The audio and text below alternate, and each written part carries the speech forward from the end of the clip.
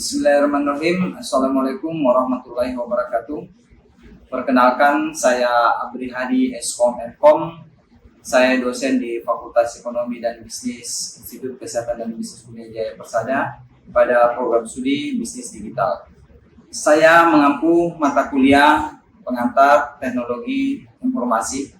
Perkenankan saya menjelaskan mata kuliah yang saya bawakan, yaitu pengantar teknologi informasi. Demikian, ada beberapa capaian-capaian yang didapatkan oleh mata kuliah ini.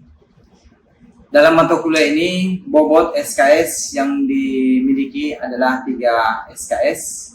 Kemudian capaian dari mata kuliah ini adalah mahasiswa mampu menerapkan konsep-konsep teknologi informasi maupun komputer serta penggunaan perangkat input, output, dan proses. Kemudian selain dari input, output, dan proses, ada juga software termasuk dari multimedia, kemudian virtual reality dan artificial intelligence. Dan penggunaan teknologi informasi dalam bisnis dan pemerintahan serta melatih mahasiswa dalam 1 unit komputer lengkap dengan benar dan bertanggung jawab. Kemudian deskripsi dari mata kuliah ini adalah membahas tentang konsep teknologi informasi komputer. Kemudian ada perangkat yang ada input, output, dan proses, multimedia, virtual reality, dan artificial intelligence. Selain itu ada juga internet dan cloud computing. Peran teknologi informasi dalam bisnis digital ini sangat berpengaruh terhadap di dunia kalangan pemerintahan dan di dunia usaha. Kemudian dalam mata kuliah ini saya membuatkan satu persentase untuk penilaian. Yang pertama ada kehadiran, yang dimana kehadiran itu saya berikan untuk penilaiannya itu 25%. Selanjutnya ada juga untuk nilai tugas. Di dalam tugas ini termasuk membuat makalah, kemudian membuat kuis-kuis, menjawab kuis-kuis, dan menjawab multiple choice. Itu saya berikan nilainya 30%. Karena di penilaian ini juga ada penilaian attitude dan akhlak untuk mahasiswa. Kemudian UTS itu saya berikan penilaian 20%, dan untuk UAS saya berikan penilaian 25%. Demikian untuk penjelasan dari deskripsi mata kuliah pengantar teknologi informasi. Selanjutnya saya akan mempersembahkan video pembelajaran yang saya lakukan di dalam kelas. Wabillahi taufiq wal hidayah. Assalamualaikum warahmatullahi wabarakatuh. Assalamualaikum warahmatullahi wabarakatuh. Waalaikumsalam warahmatullahi wabarakatuh. Alhamdulillah, pada kesempatan pagi hari ini kita masih diberi kesehatan dan keselamatan. Kita masih bisa berkumpul di tempat ini untuk melaksanakan kewajiban kita sebagai mahasiswa, ya. Saya juga sebagai dosen untuk memberikan pengajaran kepada adik-adik. Untuk pertama, kita akan memulai pembelajaran sesuai dengan kontrak yang kemarin, di mana kita pernah membahas RPS-nya, ya. Nah, untuk mata kuliah yang akan saya jelaskan pada hari ini adalah pengantar teknologi informasi, ya, atau PTI. Nah, nanti adik-adik silakan menjawab atau bertanya, ya. Apabila saya tanya silakan menjawab, dan silakan juga bertanya, dan saya akan jawab sesuai dengan apa yang kira-kira adik-adik ingin ketahui, ya. Baik, saya akan menjelaskan. Yang pertama adalah pengertian dari teknologi informasi. Teknologi informasi ini menurut Hack and Ken bahwa teknologi informasi adalah seperangkat alat yang membantu Anda untuk bekerja dengan informasi dan melakukan tugas-tugas yang berhubungan dengan pemrosesan informasi. Kemudian, menurut Martin tahun 99 bahwa teknologi informasi tidak hanya terbatas pada teknologi saja. Jadi bukan cuma teknologi pada saat itu. Bahwa yang dimaksud adalah yang digunakan untuk memproses dan menyimpan informasi. Informasi melainkan juga mencakup teknologi komunikasi dan mengirimkan informasi. Kemudian pada tahun berkembang tahun 2003, menurut William Answyer bahwa teknologi informasi itu adalah teknologi yang menggabungkan komputasi, yaitu komputer yang jalur komunikasi berkecepatan tinggi yang membawa data, suara, dan video. Jadi ada 3, ya. Yang pertama menurut Henken, kemudian menurut Martin, kemudian menurut Williams. Itu adalah pengertian atau definisi dari teknologi informasi.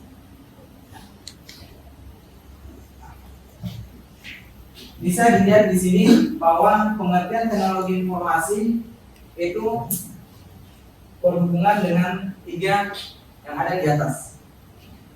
Yang pertama ada teknologi informasi, kemudian ada teknologi komputer, kemudian ada teknologi komunikasi. Jadi walaupun ada teknologi informasi, kalau tidak ada teknologi komputer, tidak bisa juga berfungsi. Jadi saling berkaitan, ya, berkaitan. Jadi ada komunikasi teknologi, berarti harus ada informasi. Dari informasi, ya, akhirnya berkomunikasi, komunikasi akhirnya dikelola oleh komputer.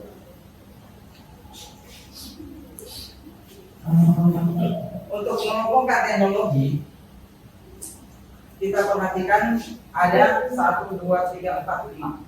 Ada 5 pengelompokan dari teknologi informasi. Yang pertama ada teknologi input. Yang mana dibilang teknologi input? Teknologi input itu teknologi yang dimasukkan ke dalam komputer itu sendiri. Ya. Contoh. Ya. Apa lagi? Ya, USB dan lain-lain. Ya. Nah, ini adalah termasuk semua perangkat keras, input device. Tadi sudah disebutkan, ya, semua peralatan-peralatan. Kemudian di teknologi input ini, jadi kalau kita berpikir input itu berarti semua yang dimasukkan ke dalam komputer, semua seperti tadi yang sudah kalian sebutkan satu persatu. Nah, kemudian yang selanjutnya yang kedua ada mesin proses. Contoh kalau di manusia itu adalah otak. Nah, jadi semua kondisi dari manusia itu diatur atau dijalankan sama otak yang memproses.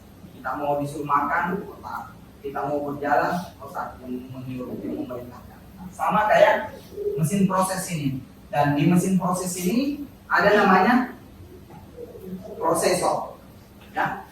Nah, di mana prosesor ini adalah gunanya untuk membantu mempercepat atau membantu pemikiran dari komputer itu sendiri. Kemudian yang ketiga ada namanya teknologi penyimpanan. Nah, teknologi penyimpanan itu contohnya seperti apa? Untuk menyimpan data, memori. Yang kedua, flash disk. Yang ketiga, CD boleh. Apalagi satu tadi? Ya, hard disk. Gitu, ya. Jadi teknologi penyimpanan itu adalah hard disk, flash disk, CD. Ya. Itu adalah semua teknologi penyimpanan. Nah, tadi sudah kita ketahui ada 3, teknologi input, mesin proses, teknologi penyimpanan.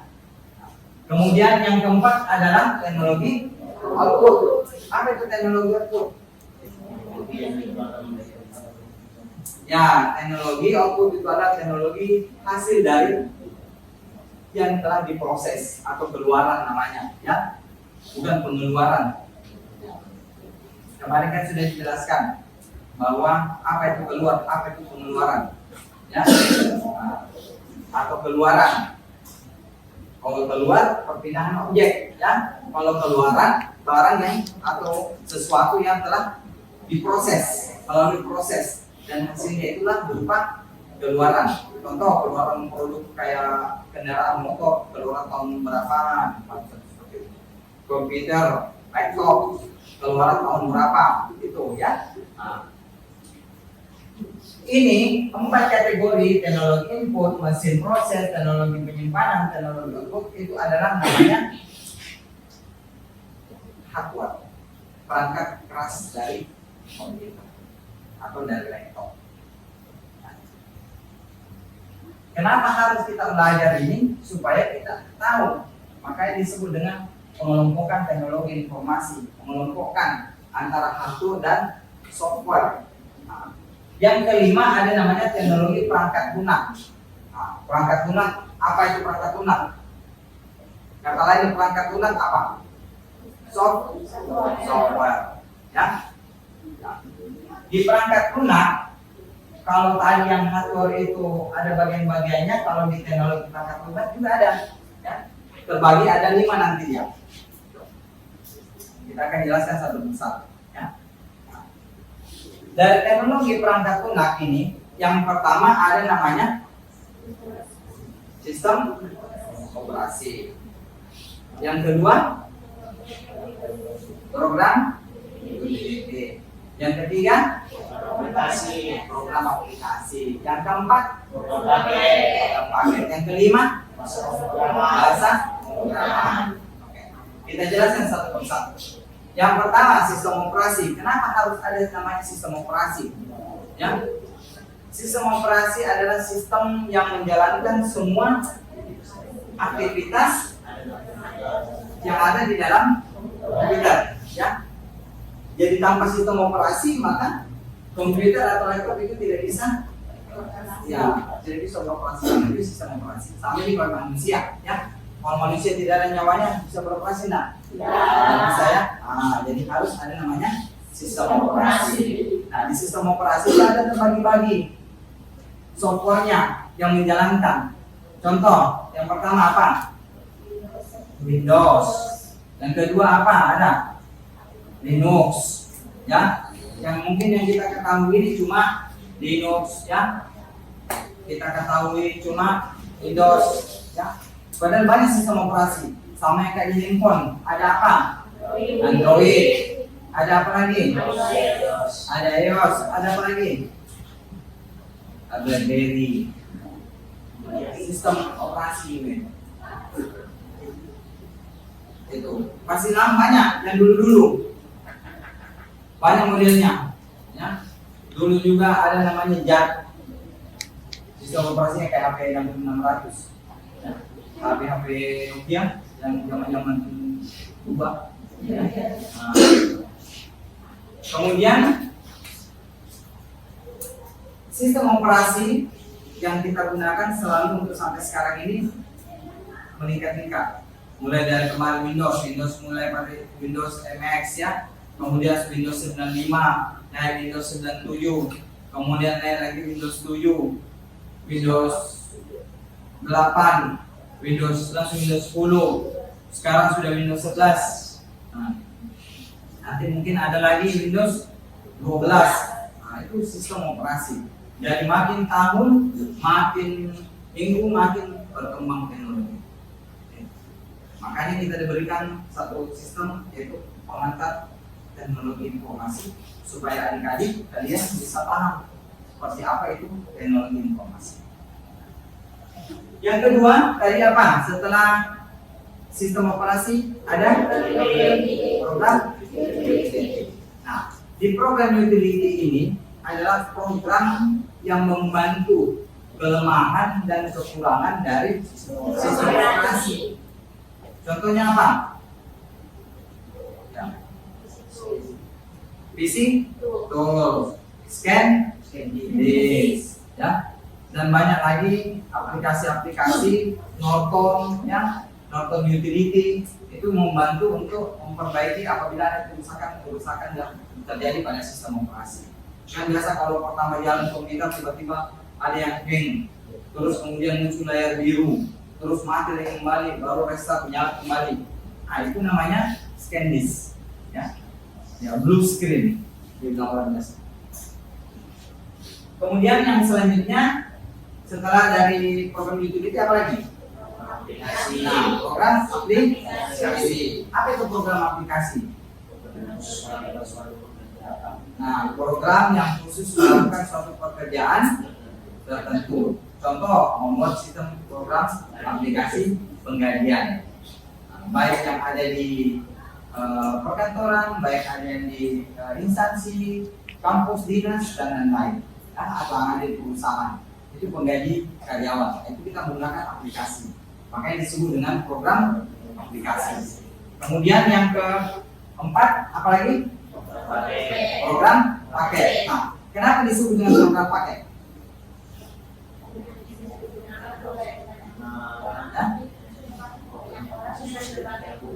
Ya, karena kenapa disebut program paket? Karena program yang ada dalam satu program di dalamnya terdapat banyak fungsi. Contoh apa? Microsoft Office. Ya.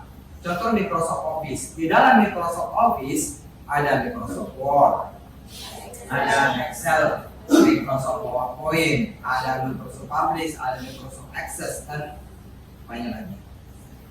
Ya. Terus kenapa dibilang banyak fungsi? Ya, karena Word digunakan untuk membuat suratan, Excel dibuat gunanya untuk membuat tabel, ya, database, ya. Microsoft PowerPoint gunanya untuk membuat, ya, persentase, ya. Itu. Bisa juga membuat video multimedia, bisa juga. Kemudian ada Microsoft Access, ya, digunakan untuk membuat database. Jadi itu adalah disebut dengan program paket. Kemudian yang kelima, apa yang kelima? Bahasa pemrograman. Nah, kenapa dibilang bahasa pemrograman? Karena kalau kita mau membuat aplikasi, itu ada beberapa macam bahasa pemrograman. Ya. Bahasa pemrograman contoh yang digunakan untuk membuat aplikasi ada namanya PHP, ya, Pascal, Java, kemudian ada namanya Python. Ya. Nah, nanti kalian belajar itu di semester ini. Ya. Kemudian ada bahasa pemrograman apa lagi? Ya, Delphi. Ya. Jadi banyak bahasa pemrograman yang digunakan. Nah, di bahasa pemrograman yang dibagi dengan 3 kategori. Ada yang pertama namanya low level language, yang kedua ada namanya middle level language. Kemudian selanjutnya ada namanya high level language. Nah, middle level language itu adalah low level language adalah bahasa tingkat pertama atau tingkat rendah, ya, low. Karena dia masih menggunakan bahasa mesin yang sekiranya orang pengguna atau user itu masih susah mengerti atau paham. Beda dengan yang kedua yang namanya middle. Kalau middle level language itu bahasa tingkat menengah, yang dimana bahasa yang digunakan itu sudah mendekati bahasa sehari-hari, walaupun masih ada sedikit menggunakan bahasa mesin, gitu, ya. Nah, kemudian yang ketiga ada namanya high level language. High level language itu adalah bahasa tingkat tinggi, di mana sudah menggunakan bahasa sehari-hari yang sudah mudah sudah mudah dipahami, sudah dimengerti, ya. Itu tadi adalah teknologi perangkat lunak, itu atau disebut dengan software. Ada 5: operasi, utility, aplikasi, paket, sama ya. Sampai di sini dipaham? Atau ada yang mau bertanya? Silakan. Bukan itu Pak yang biru itu layar Pak, tidak langsung begitu. terus lihat. Kembali yang kita jelaskan. Blue screen. Iya. Ya, oke. Baik. Biasa terjadi program utility biasa berfungsi atau digunakan itu diakibatkan karena biasa begini. Kalau kita punya laptop kan tiba-tiba kita mau buru-buru, sementara nyala ini, langsung dimatikan di lipat. Itu. Kemudian atau kamu mau cepat-cepat langsung ini saja powernya, baru pulang pergi, baru dilipat. Kemudian itu dua ya, pertama penyebab pertama. Yang kedua karena mungkin laptopnya itu RAM-nya rendah 2 GB contoh. Kemudian VGA-nya tidak ada. Kemudian prosesornya mungkin masih Intel Atom. Kemudian kita paksa, ya, dipaksa dibuka Excel, dibuka apalagi namanya Corel, dibuka Photoshop. Yang ceritanya porsinya bukan porsinya. Jadi saya dibuka, dipaksa buka semua. Akhirnya hang. Terus tiba-tiba hang, tidak bisa hang maksudnya tidak bisa digunakan, tidak bisa bergerak. Terus kita finish dari tombolnya, kita matikan. Atau biasa lama sekali cabut saya. Apalagi kalau kayak komputer tuh, biasa kalau komputer kan orang macam-macam. Cabut saya kalau powernya. Nah, pada saat nanti kita nyalakan, disitulah biasa. Karena itu yang menyebabkan desektor pertama. Yang kedua itu yang menyebabkan juga memori itu bisa cepat haus, cepat kalah. Karena maksudnya sama nih kayak manusia. Sementara PD tidak makan terus dikasih kaki kemudian belakang begini. Ya tuh, biasa kan orang mati itu. Ya, kan sama kayak komputer begitu.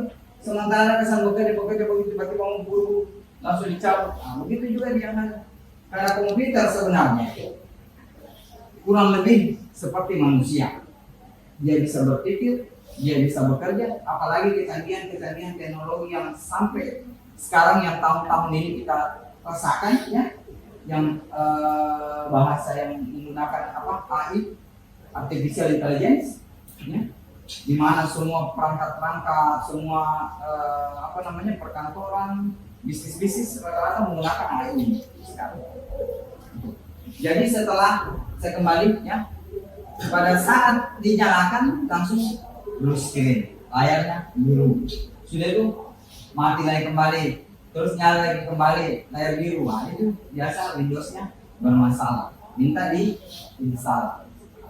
Nah, itu sistem operasinya bermasalah. Nah, inilah berfungsilah di sini namanya program apa yang berfungsi di sini.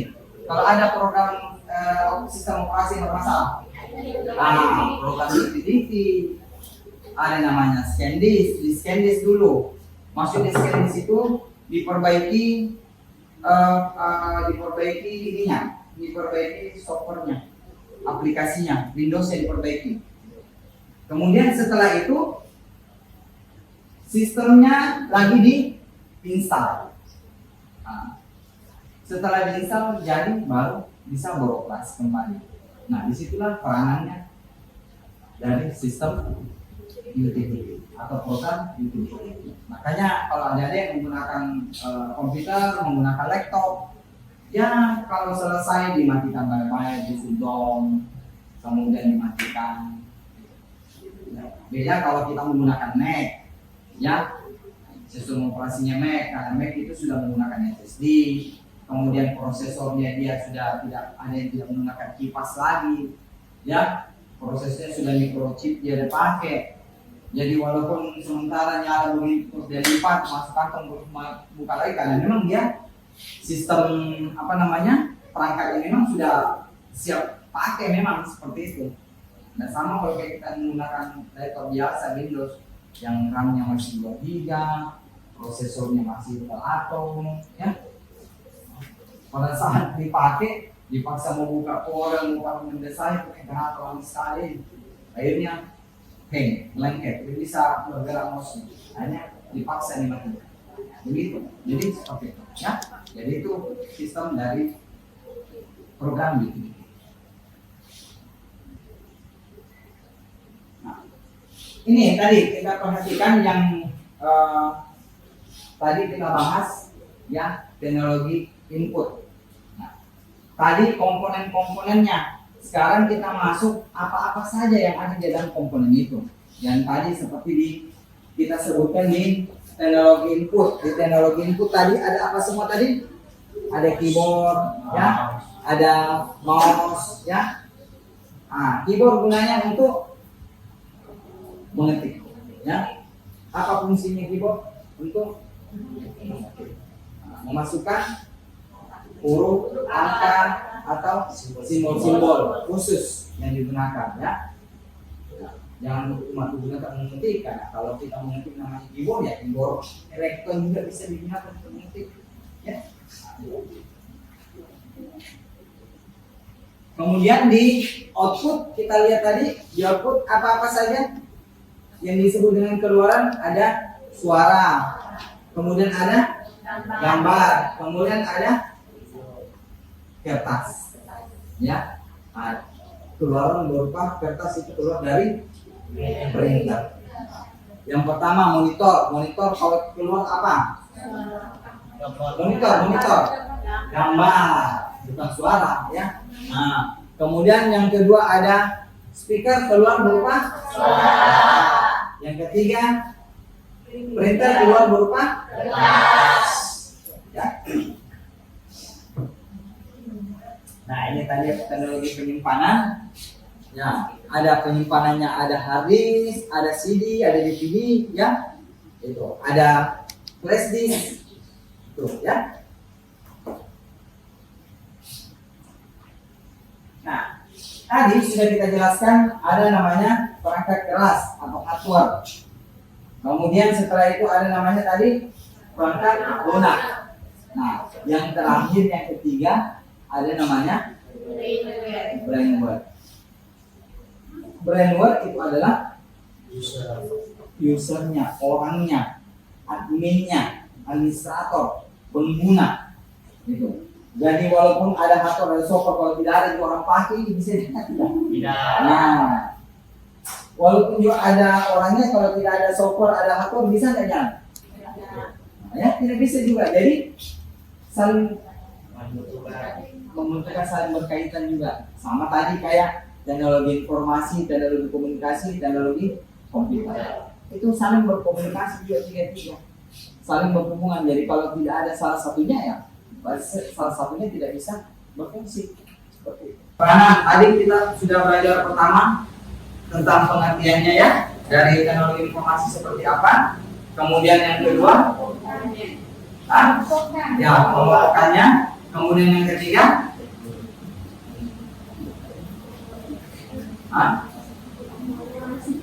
ya, klasifikasi sistemnya. Yang selanjutnya adalah peranan dari teknologi informasi. Oke, baik. Itulah pertemuan kita, mata kuliah pertemuan kita hari ini, bahannya, pembelajarannya. Silahkan adik-adik belajar untuk pertemuan selanjutnya sesuai dengan ketentuan yang ada di PPS kita, ya. Kita belajari satu persatu untuk mencapai satu capaian namanya yang namanya capaian dunia. Sehingga adik-adik selesai nanti belajar tentang teknologi informasi, adik-adik paham, ya, seperti apa itu teknologi informasi dan bagaimana adik-adik menggunakan dari sistem informasi tersebut. Mungkin cukup untuk pertemuan kita hari ini. Sampai ketemu lagi di pertemuan selanjutnya. Wabillahi taufiq wal hidayah. Wassalamualaikum warahmatullahi wabarakatuh. Waalaikumsalam warahmatullahi wabarakatuh.